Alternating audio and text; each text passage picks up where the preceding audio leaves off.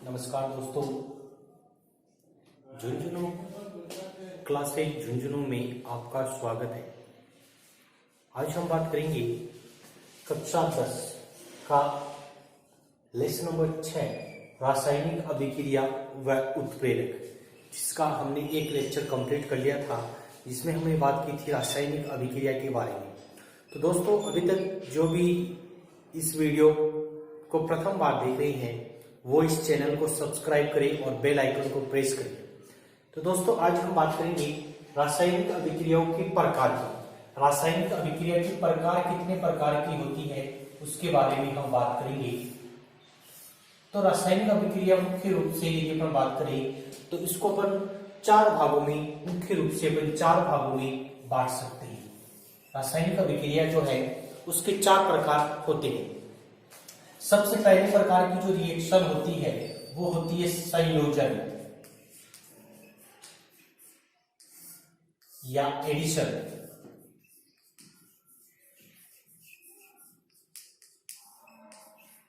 Addition या संयोजन अभिक्रिया। सबसे पहले अपन बात करें एडिशन या संयोजन अभिक्रिया क्या होती है, किसे कहते हैं। तो इस प्रकार की रासायनिक अभिक्रिया जिसमें एक से अधिक अभिकारक 2, 3, 4 आपस में जुड़ जाए और जुड़ने के बाद में अपने पास एक उत्पाद बनाए, जिसमें 2, 3, 4, 5 कितने भी अभिकारक है, अधिक संख्या में अभिकारक आपस में जुड़कर और उत्पाद का निर्माण करते हैं। तो उस प्रकार की अभिक्रिया को अपन कहते हैं संयोजन अभिक्रिया। संयोजन अभिक्रिया पर कोई भी एग्जाम्पल बना सकते हैं, जैसे मैंने लिखा Ag सिल्वर और इसके साथ रिएक्शन करवाई मैंने क्लोरीन, इससे हमारे पास बना AgCl। इसको बैलेंस करने के लिए यहाँ पर 2 क्लोरीन है तो इधर भी अपन को 2 करना पड़ेगा, इस कारण 2 लगा दिया। जब यहाँ पर 2 लगाया तो Ag 2 हो गए, तो Ag को भी हमने बैलेंस करने के लिए लगा दिया 2, तो 2AgCl का निर्माण होना। यहाँ पर 2 अभिकारक जुड़ के एक बना रहे हैं, तो ये संयोजन अभिक्रिया। कॉपर, इसकी रिएक्शन अपन ब्रोमाइड के साथ करवाएं तो बन जाएगा अपने पास कॉपर पर +2 चार्ज। +2 चार्ज होने के कारण इसके साथ 2 ब्रोमीन जुड़ गए, 2 ब्रोमीन जुड़ गए तो ये रिएक्शन कंप्लीट हो गई। इसी प्रकार से सोडियम, सोडियम की क्रिया हम क्लोरीन के साथ करवाएं, NaCl का निर्माण होना। यहाँ पर बैलेंस करने के लिए यहाँ पर हमारे पास है 2 क्लोरीन, तो यहाँ पर अपन जोड़ देंगे 2, तो यहाँ पर सोडियम के साथ जुड़ जाएंगे 2। इसी प्रकार से मैग्नीशियम, मैग्नीशियम की रिएक्शन क्लोरीन के साथ करवाई तो इससे हमारे पास बनता है मैग्नीशियम क्लोराइड। तो ये सभी जो रिएक्शन है ये सभी कहलाती है संयोजन या योगात्मक या एडिशन अभिक्रिया। योगात्मक या एडिशन, जिसमें एक से ज्यादा अभिकारक जुड़ने के बाद में हमारे पास एक उत्पाद बनाते हैं। इस प्रकार की अभिक्रिया को अपन कहते हैं संयोजन अभिक्रिया। नेक्स्ट दूसरे प्रकार की अभिक्रिया आती है अपने पास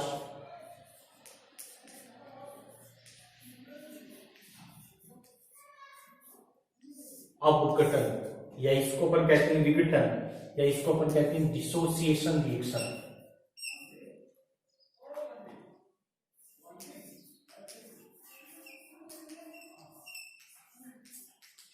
डिसोसिएशन, अपघटन। अपघटन किस होता है? टूटना। इसके जस्ट उल्टी संयोजन के विपरीत अभिक्रिया होती है, अपोजिट टाइप की ये रिएक्शन होती है अपघटन अभिक्रिया। इसमें हमारे पास कोई एक रिएक्टेंट होगा और वह टूटकर अपने पास 2, 3, 4 यानी एक से ज्यादा अपने पास उत्पाद का निर्माण करता है। तो इस प्रकार की अभिक्रिया को अपन कहते हैं अपघटन या डिसोसिएशन रिएक्शन।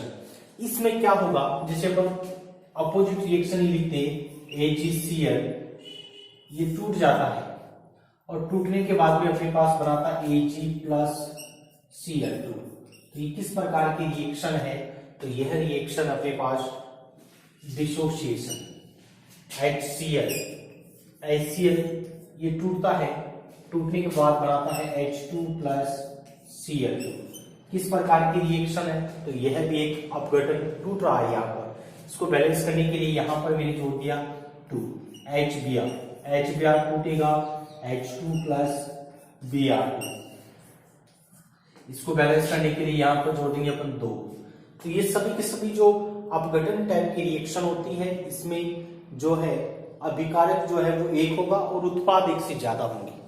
अब अपन बात करें कि ये अपघटन जो अभिक्रिया होती है, ये अपघटन अभिक्रिया 3 टाइप की होती है। 3 प्रकार से अपन इसको बांट सकते हैं। अपघटन अभिक्रिया के प्रकार के बारे में यदि अपन बात करें तो ये 3 प्रकार की होती है। कौन कौन से प्रकार होते हैं इसके बारे में यदि अपन बात करें तो ये 3 कारणों से टूट सकती है। पहले प्रकार तो ये होता है कि तापीय अपघटन। तापीय अपघटन, ताप की प्रेजेंस में यदि अपघटन होता है तो उसको अपन कहते हैं तापीय अपघटन, थर्मल डिसोसिएशन, थर्मल डिसोसिएशन। दूसरा होता है वह होता है विद्युत अपघटन, फोटो विद्युत अपघटन, इलेक्ट्रोलाइटिक डिसोसिएशन, विद्युत अपघटन, इलेक्ट्रोलाइटिक डिसोसिएशन। तीसरा जो प्रकार होता है वो कहलाता है प्रकाशीय अपघटन, फोटोलाइटिक डिसोसिएशन, प्रकाशीय अपघटन। तो 3 प्रकार का अपघटन होता है। पहला प्रकार होता है अपने पास तापीय अपघटन, दूसरा होता है विद्युत अपघटन, तीसरा होता है प्रकाशीय अपघटन। अपन इसको 3 श्रेणी में बांट सकते हैं। पहला तापीय अपघटन, दूसरा विद्युत अपघटन, तीसरा प्रकाशीय अपघटन।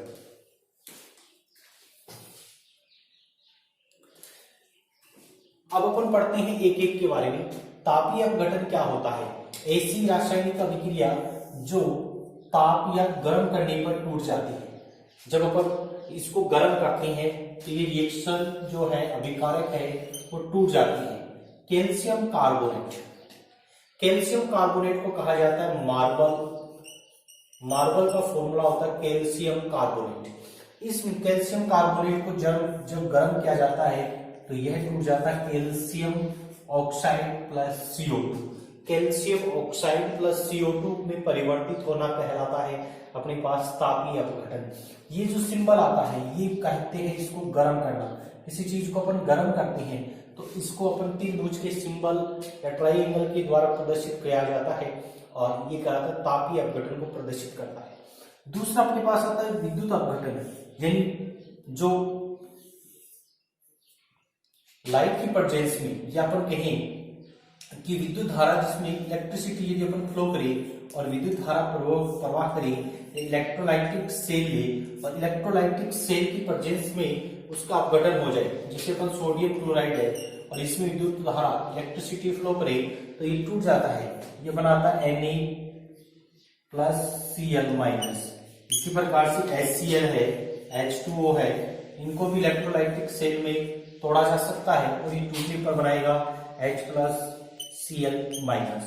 तो ये कहलाता अपने पास विद्युत धारा प्रवाहित करने पर यदि सबस्टेंस का अपघटन होता है तो कहलाता है विद्युतीय अपघटन। तीसरा अपने पास आता है प्रकाशीय अपघटन। प्रकाशीय अपघटन में क्या होता है कि प्रकाश सनलाइट की प्रेजेंस में इसको रिप्रेजेंट किया जाता है h द्वारा, या प्रकाश लाइट, ये लाइट की प्रेजेंस में टूटता है। और यदि अपन बात करें यहाँ पर जैसे एक शब्द आता है HBr होता है, सनलाइट की प्रेजेंस में टूटता है और ये बनाता है H2 प्लस Br2 ये बनाता है। इसी प्रकार से HCl भी सनलाइट की प्रेजेंस में टूटता है और टूटने के बाद बनाता है H2 प्लस Cl2। तो ये 2 प्रकार की अपने पास रिएक्शन होती है। पहले हमने पढ़ी है संयोजन और दूसरी अपघटन। अपघटन अभिक्रिया है वो 3 प्रकार की होती है।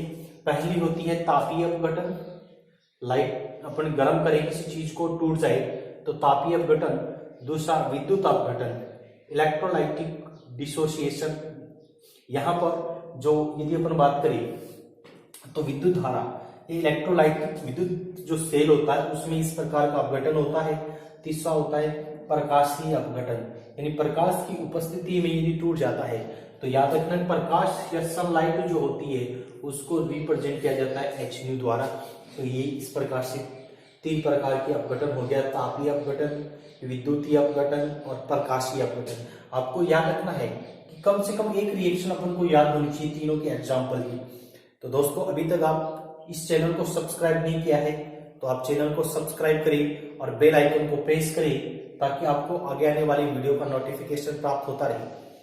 नेक्स्ट अपन बात करें कि दो प्रकार की रिएक्शन हो जाती है। तीसरे प्रकार की रिएक्शन आती है अपने पास डिस्प्लेसमेंट या विस्थापन अभिक्रिया।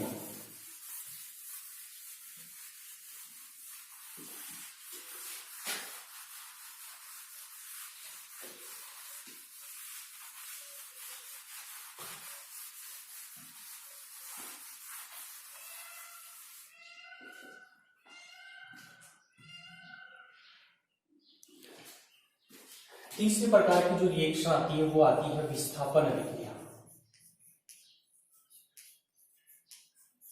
विस्थापन अभिक्रिया इंग्लिश में इसको कहते हैं डिस्प्लेसमेंट रिएक्शन।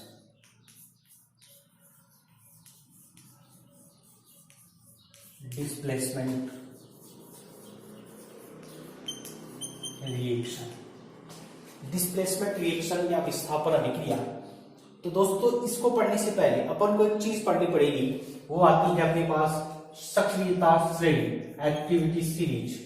सक्रियता या सक्रियता श्रेणी। सक्रियता श्रेणी तत्व जो है, एलिमेंट्स है, उनको क्रियाशीलता के आधार पर एक व्यवस्थित क्रम में रखना।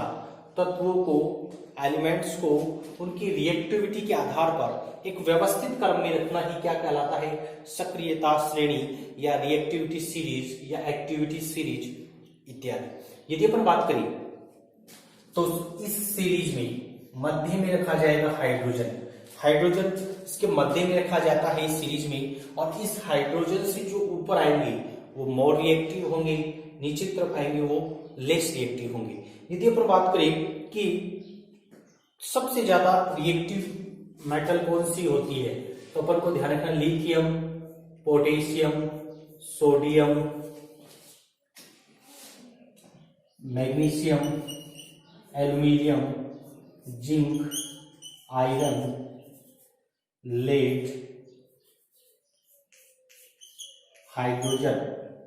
हाइड्रोजन के नीचे आपको ध्यान रखना है कॉपर, Hg, Ag, Au। इसमें यदि अपन बात करें सबसे ज्यादा रिएक्टिव एलिमेंट्स कौन सी है, तो लिथियम, पोटेशियम और सोडियम इतनी ज्यादा रिएक्टिव होती है कि इनको खुला नहीं रखा जाता, इनको केरोसिन तेल में रखा जाता है। बात करें उसके बाद में magnesium, aluminium, zinc, iron, lead, फिर हाइड्रोजन। सबसे लेस रिएक्टिव कौन होती है, तो गोल्ड, सिल्वर। इनकी गहने इसीलिए बनाए जाते हैं क्योंकि इन पर जल्दी ये रिएक्शन नहीं करती है। मरकरी, कॉपर, हाइड्रोजन, लेड, इस प्रकार से। तो इसको कहते हैं अपन रिएक्टिविटी सीरीज। इसमें यदि अपन बात करें तो ऊपर की तरफ, जितना ऊपर की तरफ जाएंगे वो मोर रिएक्टिव होगा, मोर रिएक्टिव, और नीचे की तरफ जितना नीचे की तरफ जाएंगे उतना ही ज्यादा लेस रिएक्टिव। तो तत्वों को उनकी क्रियाशीलता, उनकी रिएक्टिविटी के आधार पर एक व्यवस्थित क्रम में रखना ही कहलाता है सक्रियता श्रेणी या रिएक्टिविटी सीरीज। इसमें अपन को ध्यान रखना है ऊपर की तरफ पोटेशियम, सोडियम, लिथियम होती है, नीचे की तरफ अपने पास Ag, Au, मरकरी आदि होती हैं। जो जितना नीचे, इसका मतलब लेस रिएक्टिव, कॉपर, मरकरी ये लेस रिएक्टिव, हाइड्रोजन से ऊपर मोर रिएक्टिव। अब मैं कहता हूं कि एक तो अपने पास एल्यूमिनियम है, एक सोडियम, इन दोनों में कौन ज्यादा रिएक्टिव है, तो सोडियम ज्यादा रिएक्टिव है। मैं कहता हूँ सोडियम और पोटेशियम में कौन ज्यादा रिएक्टिव है, तो पोटेशियम ज्यादा रिएक्टिव है। मैं कहता हूँ पोटेशियम और लिथियम में कौन ज्यादा रिएक्टिव है, तो लिथियम है। मैं कहता हूँ कॉपर और जिंक में कौन ज्यादा रिएक्टिव है, तो ये जिंक रिएक्टिव है। तो तत्वों को उनकी रिएक्टिविटी के आधार पर एक व्यवस्थित क्रम में रखना ही क्या कहलाता है अपने पास सक्रियता श्रेणी या रिएक्टिविटी सीरीज। अब अपन बात करें डिस्प्लेसमेंट रिएक्शन क्या होती है, तो अपने पास कोई एक कंपाउंड है और उसके साथ कोई मेटल रिएक्ट कर रही है। कोई कंपाउंड है, उसके साथ कोई मेटल अपने पास रिएक्ट कर रही है। तो यहाँ पर यदि यहाँ पर ये जो सी जो मेटल है वह क्या करे कि इनको इसको डिस्प्लेस कर दे, यानी ए के साथ जुड़ा हुआ है, बी, उस बी को खुद जोड़ ले, है ना, तो अपने पास क्या बन जाएगा, ए अलग हो जाएगा और बन जाएगा सी बी। तो यहां पर यदि अपन बात करें कि इस ए का ए जो है बी जो जुड़ा हुआ है उसका डिस्प्लेस कर रहा है सी, यानी इसका स्थान परिवर्तित हो रहा है।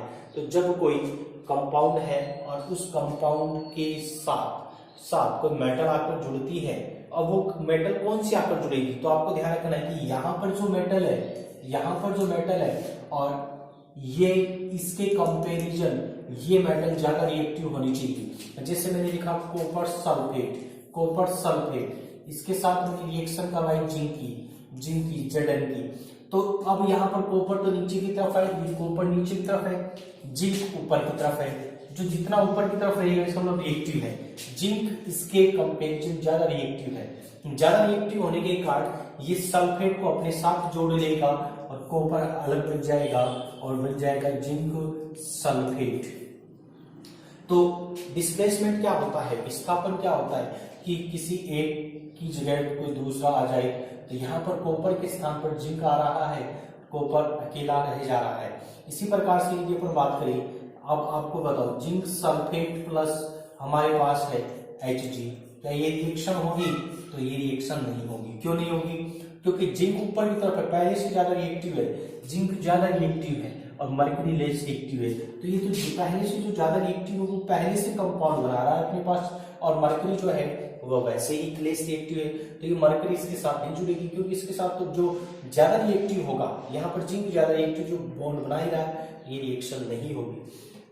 इसी प्रकार से मैं कहता हूँ आयरन सल्फेट के साथ यदि अपन जिंक मिला दे तो ये रिएक्शन होगी, तो होगी, क्योंकि जिंक ज्यादा रिएक्टिव, मोर रिएक्टिव है। तो ये इसके साथ बना लेगा जिंक सल्फेट प्लस आयरन, क्योंकि ज्यादा रिएक्टिव है।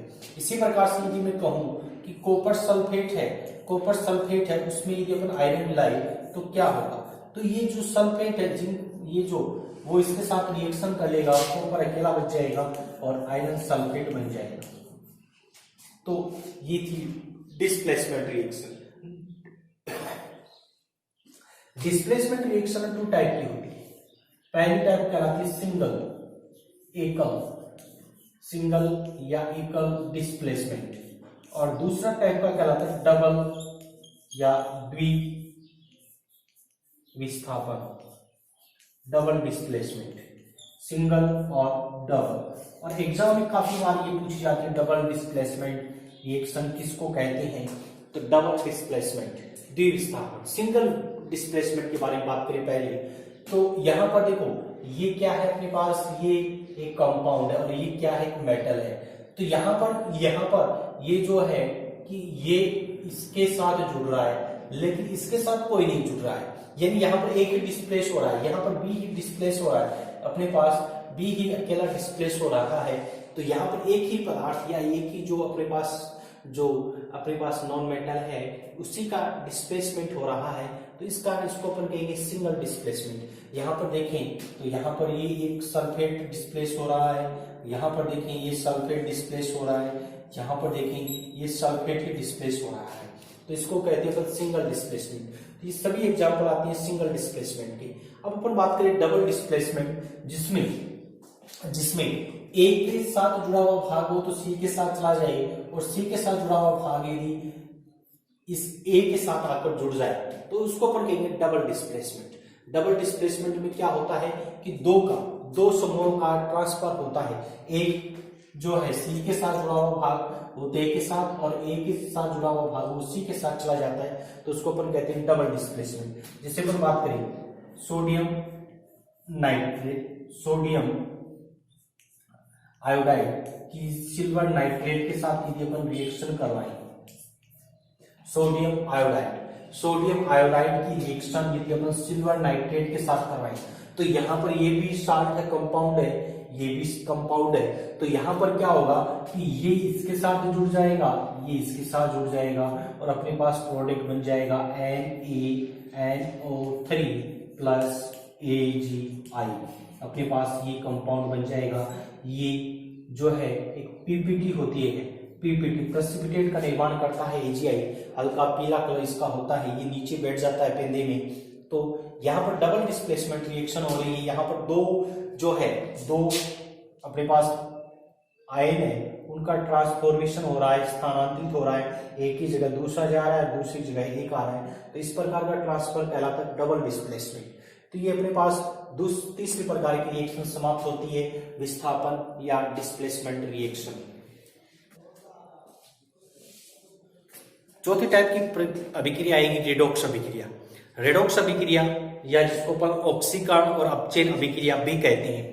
तो दोस्तों वो पढ़ेंगे अपन नेक्स्ट जो लेक्चर आएगा अपना उसमें। तो उससे पहले आप अपने कमेंट बॉक्स में लिखिए कि आपको ये वीडियो कैसा लग रहा है, आपको मजा आ रहा है या नहीं आ रहा है। अब भाई आपको कौन कौन से टॉपिक है जिनमें आपको प्रॉब्लम आ रही है, उसका आप कमेंट बॉक्स में बताइए, तो अपनी एक्स्ट्रा जो क्लासेज है, एक्स्ट्रा जो वीडियो है, मैं वो उसको तैयार कर सकूं। ठीक है। और इसके साथ साथ दोस्तों आप इस वीडियो को ज्यादा से ज्यादा शेयर करते रहिए, अपने दोस्तों को शेयर करते रहिए। धन्यवाद।